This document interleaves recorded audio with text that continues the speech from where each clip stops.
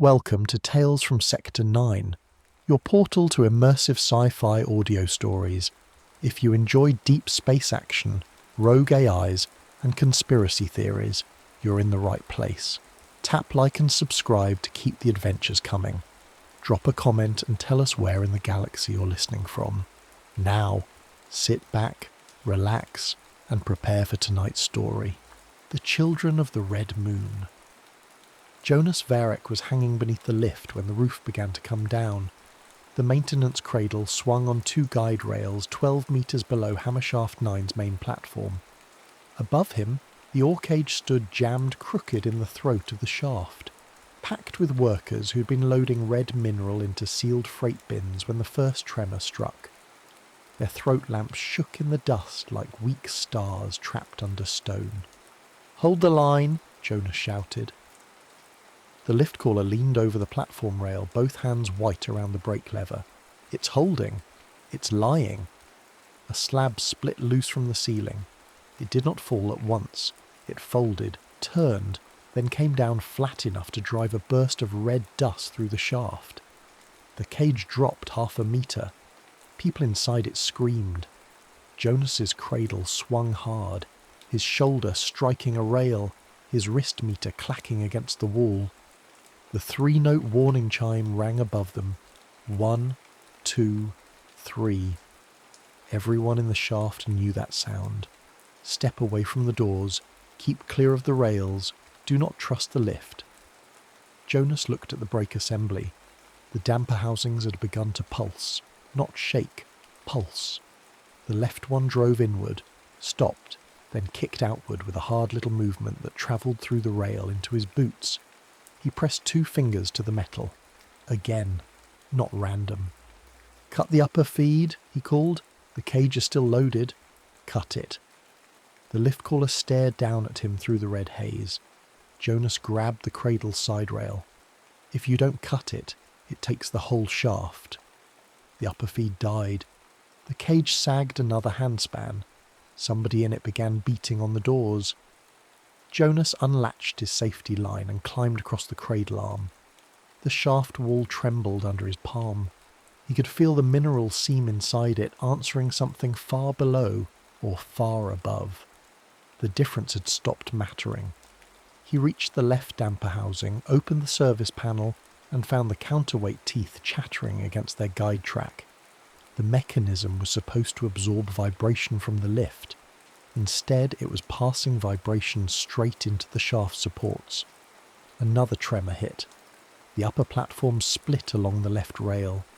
The lift caller vanished from view as workers scattered. A cable screamed inside the wall. Jonas pulled his tool roll open against his chest, selected the copper fork and jammed it between the damper teeth. The fork bent at once. "Jonas!" someone shouted from the cage. He ignored the name. Names were for after the machine stopped trying to kill people. He set the fork deeper, braced one boot against the cradle's rail, and forced the damper backward. The motion was wrong. Everything in him said it was wrong. Dampers took force and bled it away. They did not send it back. But the lift had no other path. The metal bit his glove. He smelled hot copper. The cradle rose a fraction as the jammed cage shifted. Dust poured from above in thick curtains. "Now!" Jonas shouted. The lift caller had returned to the brake lever. He cut the emergency lock. The cage rose, not fast, not smoothly. It came up in a series of jerks that shook people against one another behind the smeared viewing panel. The cracked roof followed it for 2 seconds, then collapsed into the empty section beneath.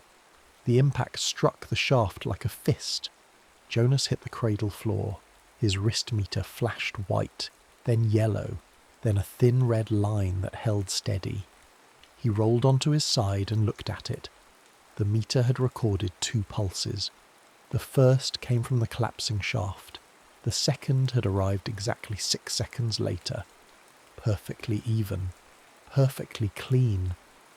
Above him, through the torn opening of the lift throat, the cage reached the platform. Workers spilled from it, coughing red dust into their sleeves. Jonas touched the meter's cracked screen. "That isn't a crack," he said. No one heard him. Cracks did not keep time. At the emergency control station, medics moved injured workers through pressure doors while security officers stood between the living and the dead, with their black gloves folded behind their backs. The air smelled of wet stone, burned insulation, and the sweet scorch of ration paste abandoned on a heating plate somewhere nearby. Jonas stood at the seismic console with red dust packed in the creases of his hands. He had washed them twice. The dust stayed. The wall meters were still alive. Every yellow needle trembled at the same angle. A medic passed behind him carrying a boy whose work jacket was too large for him. The boy's eyes were open. His mouth moved without sound. Jonas pulled the lift log from the console. "Stop," said a security officer. Jonas kept his eyes on the display. "I'm checking the damper readings. The inquiry team will check them. Then you'll want the originals." The officer stepped closer. His collar tabs were clean. No dust had touched them. "You've been instructed to step away." Jonas's fingers found the memory spool beneath the console lip. Small, warm from the machine. He palmed it and slid it into the inside pocket of his tool belt. A forewoman in a torn vest shoved through the medic line. Her face split above one eye. "The south supports failed before the tremor," she said. "I signed the request for replacement braces 2 shifts ago."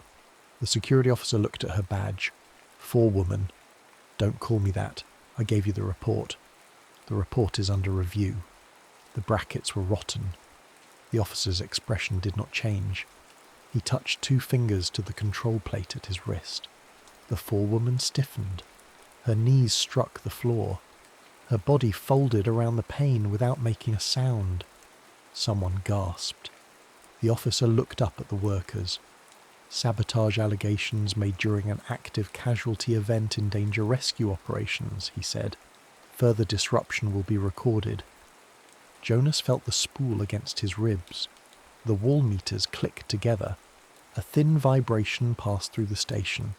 A metal cup walked 3 centimeters across a work table and fell over. Everyone stared at it. Jonas looked up at the sky glass panel above the pressure doors. Beyond the reinforced pane, the sky was the colour of old blood. Something black moved behind the red cloud cover. The pulse had not come from below. It had come down. By the time Jonas reached the ration gate, his face had appeared on every screen in the industrial quarter. Person of interest, safety, inquiry, report to the nearest security desk. He stood at the end of the line with a wax sleeve of protein paste in one hand and his work badge hidden in the other. The people ahead of him moved one at a time through the scanner arch. Green light. Ration issued. Next. The scanner at the gate turned toward him. He dropped the ration sleeve. A hand closed around his elbow. "Not that way," Demaquil said. She wore a worker's coat too large through the shoulders, cuffs clean despite the dust on the rest of her. Her hair was tucked beneath a grey scarf. She did not look at him while she spoke. "You're being watched," Jonas said. "You're being watched. I am late for a delivery." She pulled him through a service door before he could answer. The room beyond was narrow and hot, packed with old pump housings and abandoned pipe couplings. Dema shut the door, listened with one ear against it, then turned. "What did you take?" Jonas showed her the spool. She held out her hand. He did not give it to her.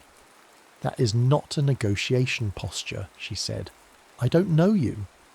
You know I teach children who do not officially exist. You know I keep records the security officers misplaced. You know you cannot put that thing through a public relay without every door on this moon closing around you."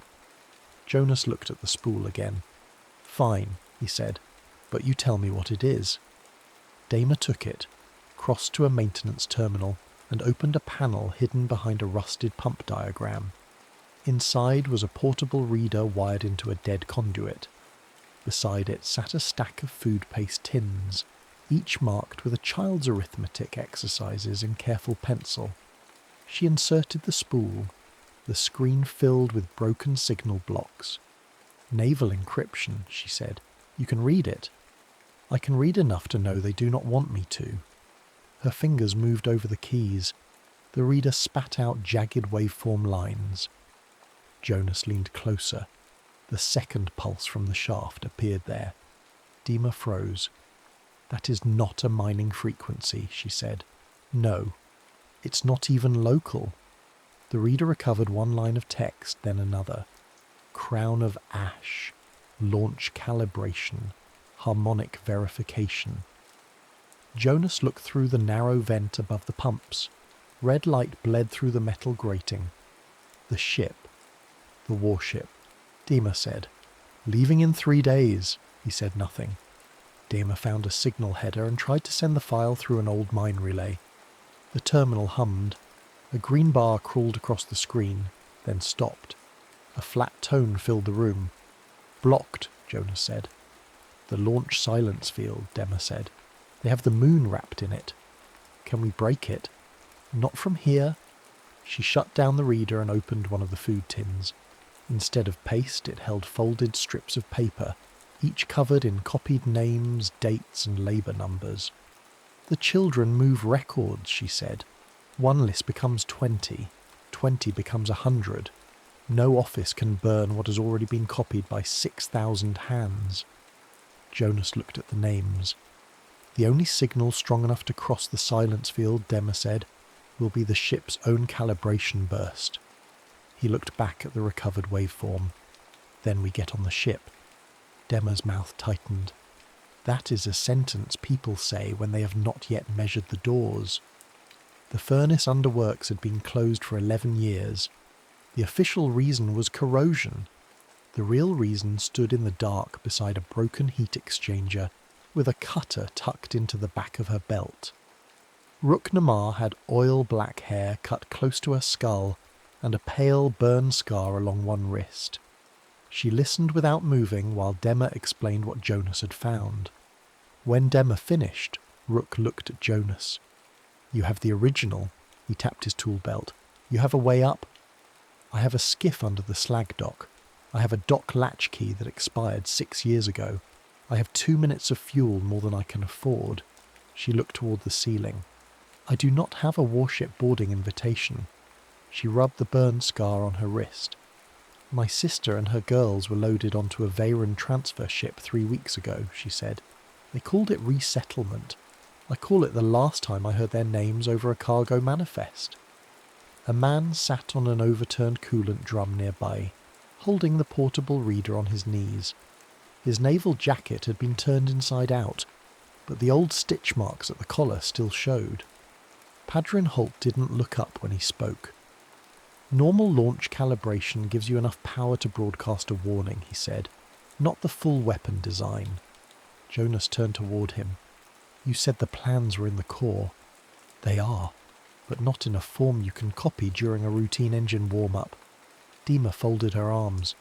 "Explain it without trying to make us feel stupid." Padrin looked at the scrolling waveform. "The core keeps the target geometry sealed until it runs a live-firing diagnostic. That diagnostic opens the complete map. Firing range, mineral density, fracture pattern, all of it." "So we force a diagnostic," Jonas said. Padrin nodded. "For a few seconds, long enough to copy the map and push it out on the calibration burst, we need the ship to believe it is preparing to fire without actually letting it fire." Rook gave a low laugh. "That sounds like the sort of distinction that kills people." Padrin finally met Jonas's eyes. "I helped plot the first calibration routes," he said. "I signed off on them. I saw the resettlement codes buried in cargo schedules and told myself they were empty berths. I ran when I learned they were families." He tapped the reader. "My access mark is still in the ship. That gets us close. It also means they will know what to do with me if they catch me." Jonas stared at him. "You knew this before we came here?" "Yes." "Why not say it?" "Because you were already looking for an excuse to walk away." Jonas's hand went to the meter in his pocket. Dema said, "You didn't tell us because you wanted us committed before we knew the cost." Padrin said nothing. Rook pushed off from the exchanger. Good. Now everyone is lying at the same table. They watched Commander Holden Reich from a service vent above the Memorial Plaza. The plaza had been cleaned since the collapse. Red dust had been washed from the walls. Broken support tags were gone. New banners hung beneath the sky glass, each stamped with the Confederacy seal. Workers filled the plaza shoulder to shoulder. Most had not been invited. Their ration gates had been closed, their transit locks redirected, their supervisors instructed to attend. Reich stood on a black platform in launch armour. His gloves were clean. There was a failure in the ground, he said. His voice reached every corner of the plaza without effort. Not a failure in governance. A man near the front shouted, "You killed them." The crowd held still. Reich turned his head. The man shouted again, "You tested something in the shaft. We felt it." Reich looked at the security drones hovering near the ceiling. "A question becomes disorder only after it is repeated," he said. The drones descended. Workers backed away. A riot barrier rose from the floor around the centre of the plaza, cutting off half the crowd. People shoved. A child began crying. Reich leaned toward a security officer at the edge of the platform. The officer opened a route map. Reich placed one clean finger on a red-marked district. The furnace underworks. Jonas felt the floor rail hum under his knee. "They know," he said. "No," Demmer said. "They are looking." Rook was already moving back through the crawl space. "Then we stop living under the pipes." At the orbital gantry, the red sky pressed low against the launch towers. Freight elevators rose through it in cages of black steel, carrying ore bins, engine parts, ceremonial flags, and the maintenance crews who would disappear into the lower decks of the Crown of Ash before the launch ceremony began. Jonas wore a grey service suit with a borrowed collar tab. Demmer had altered the work orders with a seal she had copied from an old administration form. She had also changed Padrin's status code. He glanced at it while they waited behind a stack of mineral containers. "Deceased?" he asked. "It gets him through the scanner," Demmer said. "It also means if they catch us, they will shoot him before asking questions." They were going to do that anyway. Padrin looked at the forged tag. Demmer said, "Do not die in your own handwriting." The gantry alarm sounded. 3 notes. The cargo line began to move. They stepped onto an ore lift among 6 actual maintenance workers who did not look at them. Everyone knew better than to ask why someone else had a different badge, a different tool belt, a different kind of fear. The lift rose. Below them, Asterra's surface disappeared into red dust and pipework. Above, the Crown of Ash waited in its docking frame, black and silver against the colourless upper sky. It looked less like a ship than a piece of machinery too large to have been made by hands. At the lower docking ring, guards checked faces against a moving list. The first guard scanned the worker beside Jonas. Green light. The second guard looked at Demmer. Jonas heard the faint shift in the scanner's tone. Padrin had gone pale. The guard's eyes narrowed. Jonas grabbed the ore lift control panel, opened it, and drove his copper fork into the brake relay. The lift lurched sideways. Workers shouted. The guard stumbled into the rail. The cargo cage swung toward an unfinished maintenance trench where exposed cables ran beneath the docking ring. "Move," Jonas said. Rook was already climbing. They left the lift through the open side, boots slipping on the cable housing. Jonas shoved Demmer forward. Padrin followed, one hand locked around the reader inside his coat. Behind them, the guards recovered. A warning shot struck the metal near Jonas's head. They crawled into the unfinished trench as the ore lift swung away beneath them. The ship's lower cargo deck was bright enough to hurt. White light reflected from polished floors. The air smelled of solvent and cold metal. A black and silver purity stripe ran across every hatch threshold. They had crossed 3 of them before the ship noticed the dust on their boots. A blue scanning arch unfolded from the ceiling. Rook cursed. The arch passed over them once, then again. A sharp alarm sounded. Contamination quarantine. The cargo deck doors slammed shut. The red mineral dust in Jonas's boot seams began to tremble. "Why is it reacting?" Dima asked. "Because the core is live," Padrin said. A security shutter began dropping at the far end of the deck. Jonas ran to the nearest hatch control and tore the panel open.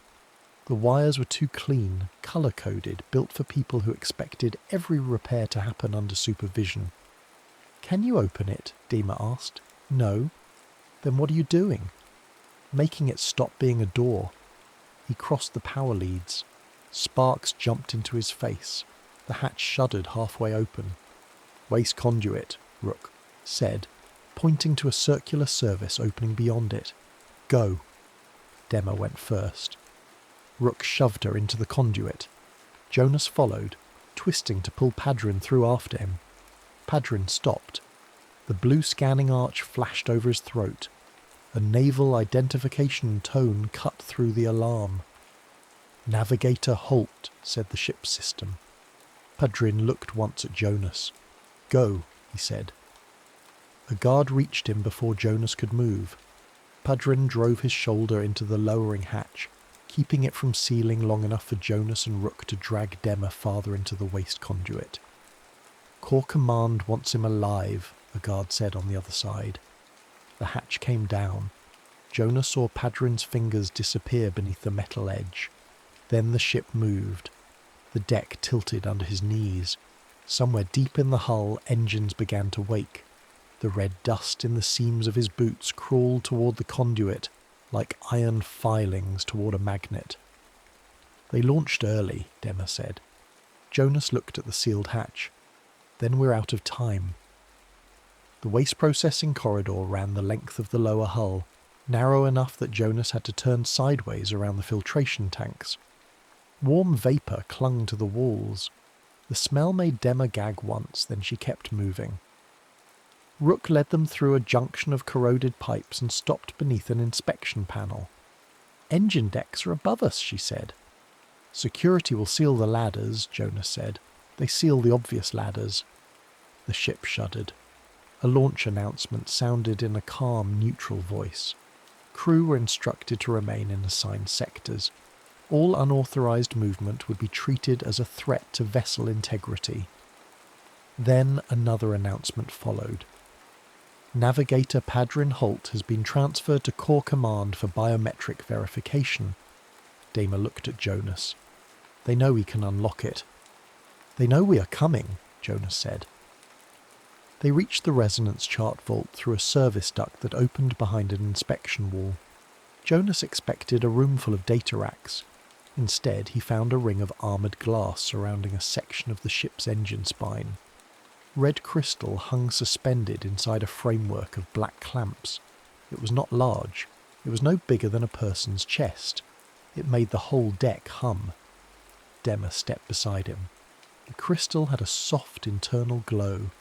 Thin lines of light moved through it, then vanished. Every few seconds the glow sharpened and the deck under their feet answered with a low vibration. Jonas pulled out his meter. The cracked screen filled with numbers too fast to read. "Can it tell us anything?" Dima asked. "It is telling me the whole ship is trying not to split open."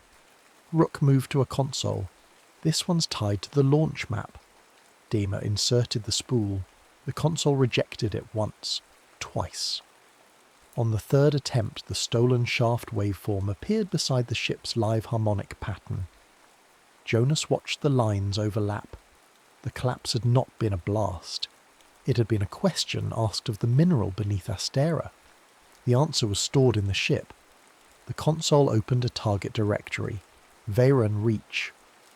Dema read the attached transfer schedule. Her face changed.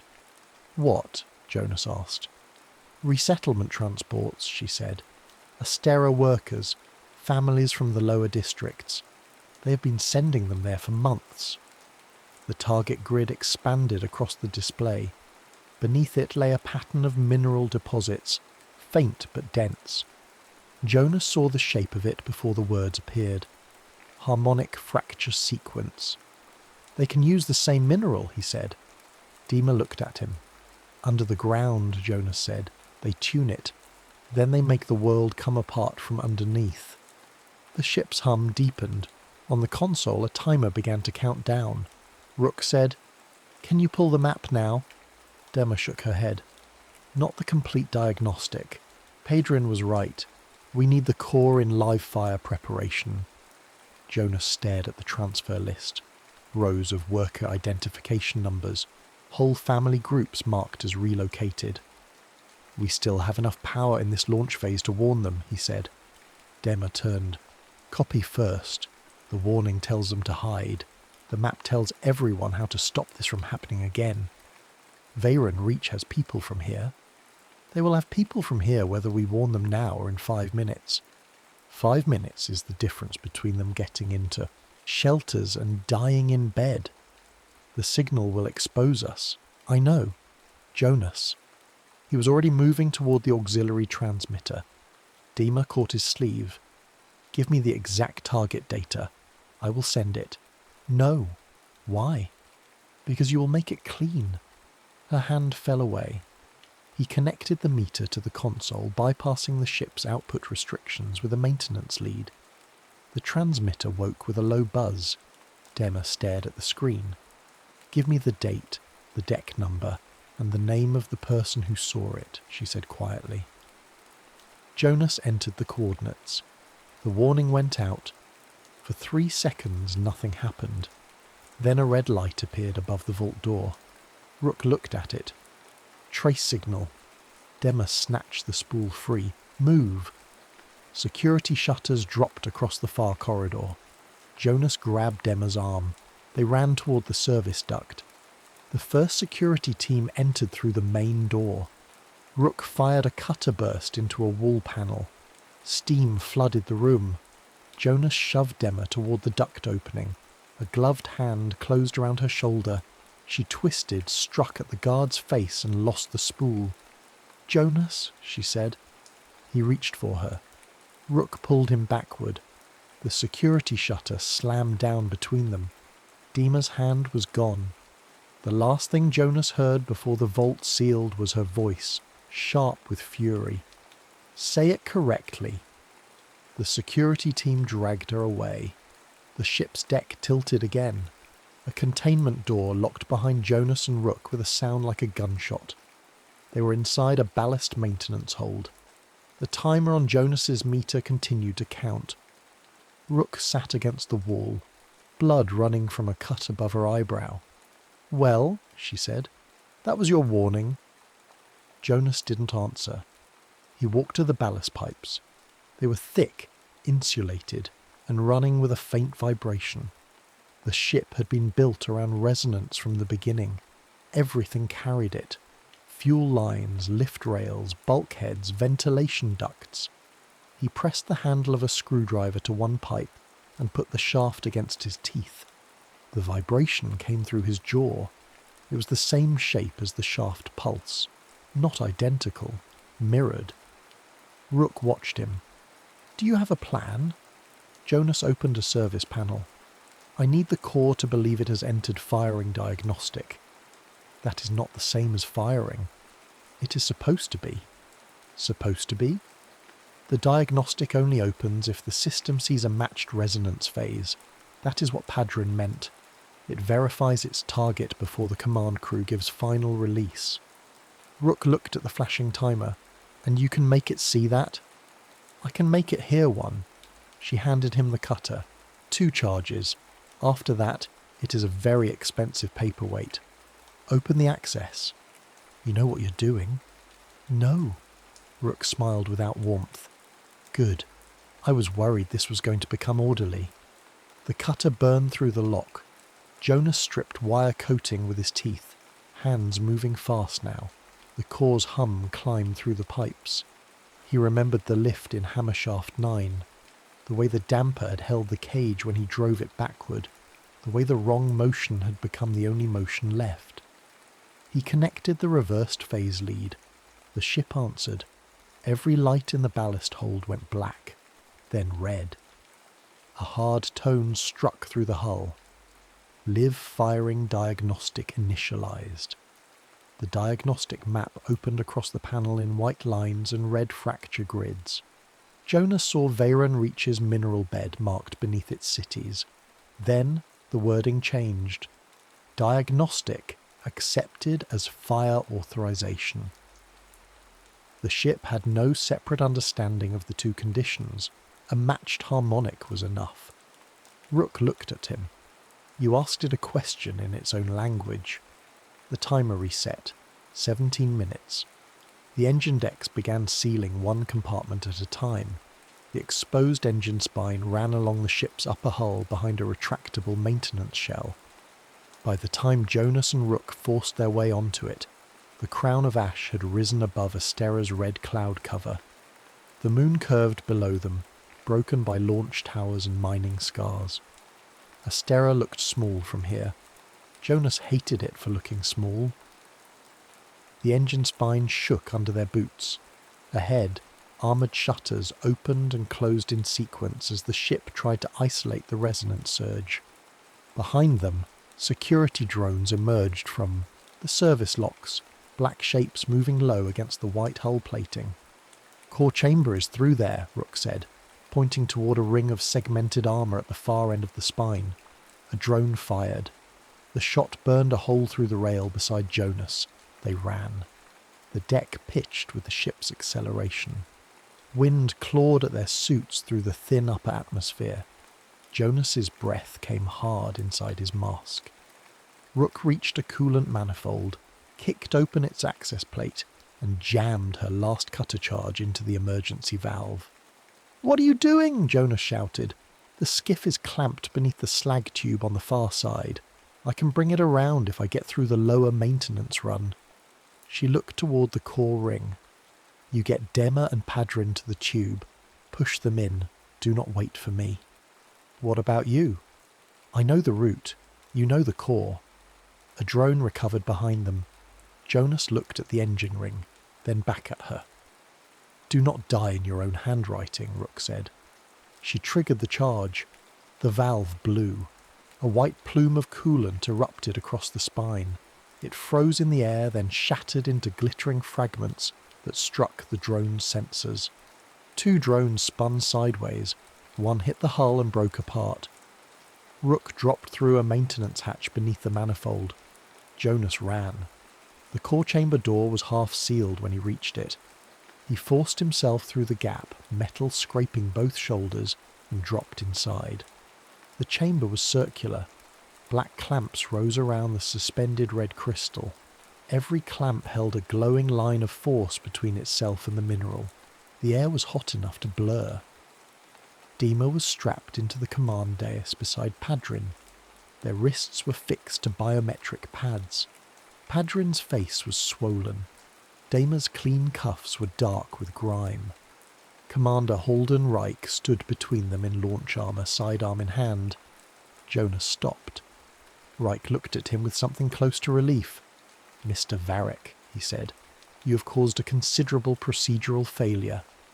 Dema turned her head. "Do not stabilise it," she said. Reich touched the sidearm to her shoulder. "The ship will fire," he said. "You can prevent that. You can restore the dampers, return the core to sequence, and accept responsibility for an unauthorised interference event." Jonas looked at the firing timer. 14 minutes. "You tested it in the shaft," he said. "The shaft was a controlled evaluation. Thousands died. Thousands would have died in a structural collapse eventually. You understand material fatigue better than most." Jonas took one step toward the control ring. Reich's weapon followed him. Dema said, "He has the resettlement list." Reich's eyes moved toward her. "You do not need to make this difficult," he said. She looked at him. "You have confused a list with an explanation." His mouth tightened. The core hummed louder. Jonas saw the diagnostic lattice beneath the command dais. One section had been burned out by the false imbalance. The system could still fire, but it could not stabilise its own calibration stream. That was why the manual clamps had unfolded around the inner ring. 4 clamp handles. One person could hold them only by standing inside the live resonance field. Padrin saw Jonas looking. "Manual phase," he said, voice rough. "It needs a body." Reich looked toward the core. "The procedure is sound," he said. "I am not asking it to be kind." Jonas moved to the lattice. "Don't," Dima said. He knelt, opened his tool pouch and laid out the bent screwdriver, a small strip of copper braid, 2 stripped bolts he had carried for years, and the cracked meter. Reich watched. "You believe you can repair this?" Jonas touched the lattice with the back of his fingers. The metal vibrated against his skin. "No," he said. "I think I can make it stop being yours." He worked. The damaged lattice had been designed for clean tools and approved hands. Jonas cut around the burned conductors, bridged them with the copper braid, and used the stripped bolts as contact pins. The meter's display flickered as he tied it into the calibration channel. Dima watched every movement. "You cannot send the plans without holding the clamps," she said. "I know." "You cannot hold the clamps and leave." "I know." Reich stepped closer. "You have people on Asterra," he said. "Workers you think you're saving. Your warning has already caused disturbances in 3 districts. Security teams are entering the lower housing blocks now." Jonas's hand stopped. Reich saw it. "There," he said softly. "That is the cost of disorder. You put words into frightened people, and then you leave them to carry the consequences." Dema's voice cut across the chamber. "Jonas, the target map." He looked at the meter. The data stream was there. The crystal carried every calculation. The transmission channel needed the manual resonance clamps to remain in phase, long enough for the signal to clear the silence field. He set the meter against the final calibration contact, watched the yellow needle climb, then tightened a locking sleeve around the setting. The reading held. He unplugged the meter. Dema stared at him. "Jonas?" He pushed the open tool pouch toward her across the floor. "Take it." "No. It doesn't belong in there."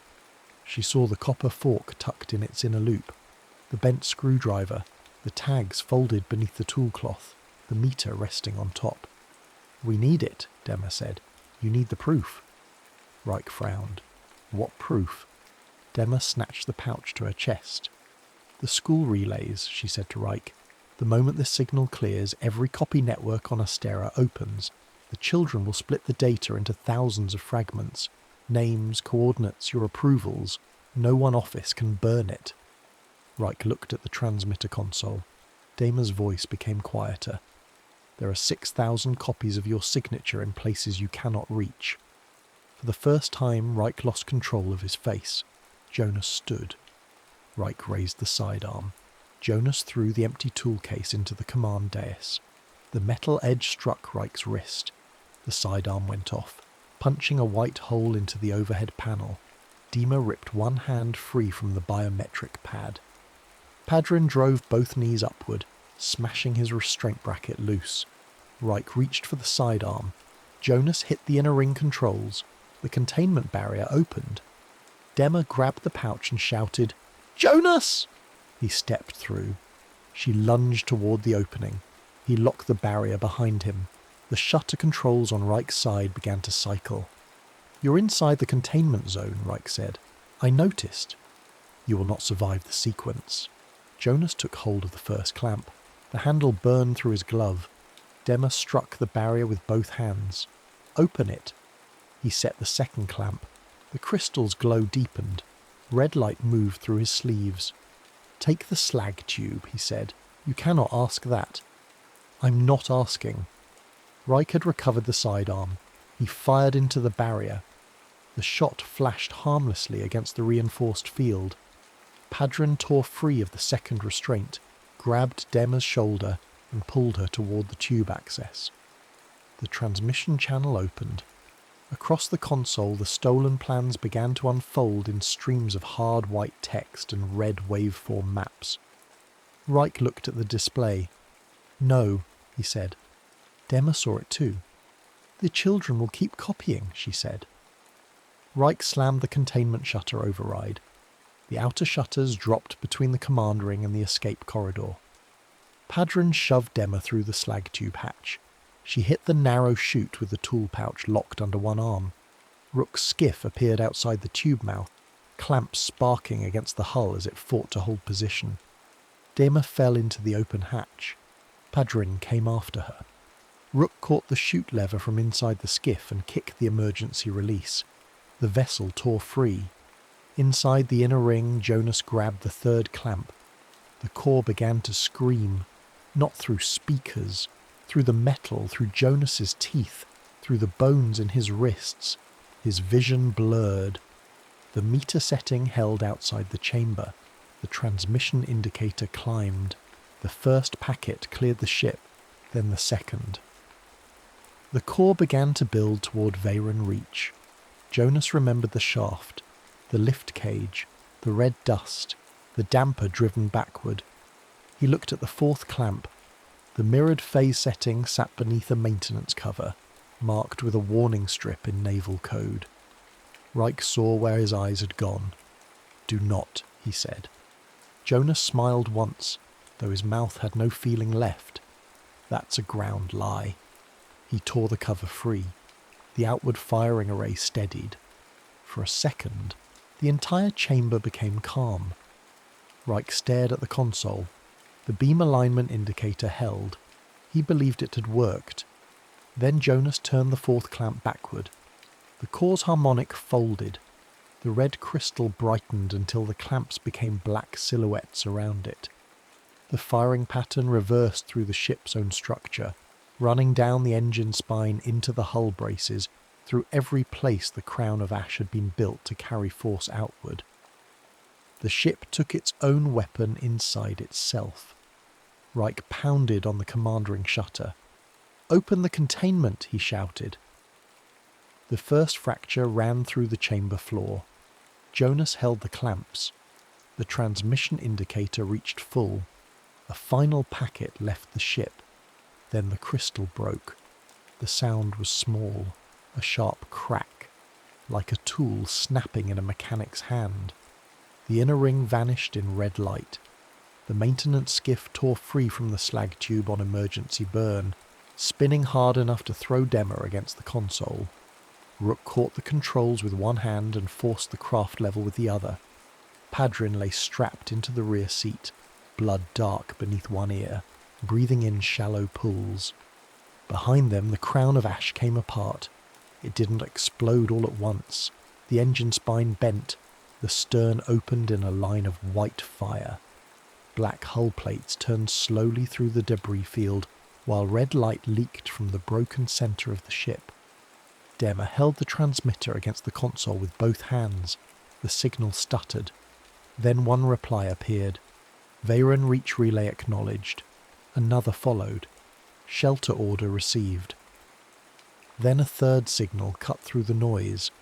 It came from a school relay operating somewhere under Veyron Reach's surface. The packet contained no speech, only a blurred scan of arithmetic sheets, copied names, copied coordinates, copied pieces of Reich's authorization code in uneven child handwriting. At the bottom of the last page someone had written, "We heard the bell." Rook flew without speaking. Demma opened Jonas's tool pouch. Inside were the copper fork, the bent screwdriver, and a row of old shift tags wrapped in cloth. Beneath them lay the cracked vibration meter from Hammershaft 9. Its screen still held the first impossible pulse. Demma set it beside the active transmitter. Asterra receded through the skiff's rear glass, small and red beneath the drifting wreckage. The meter's yellow needle lifted once, then again, in time with the moon.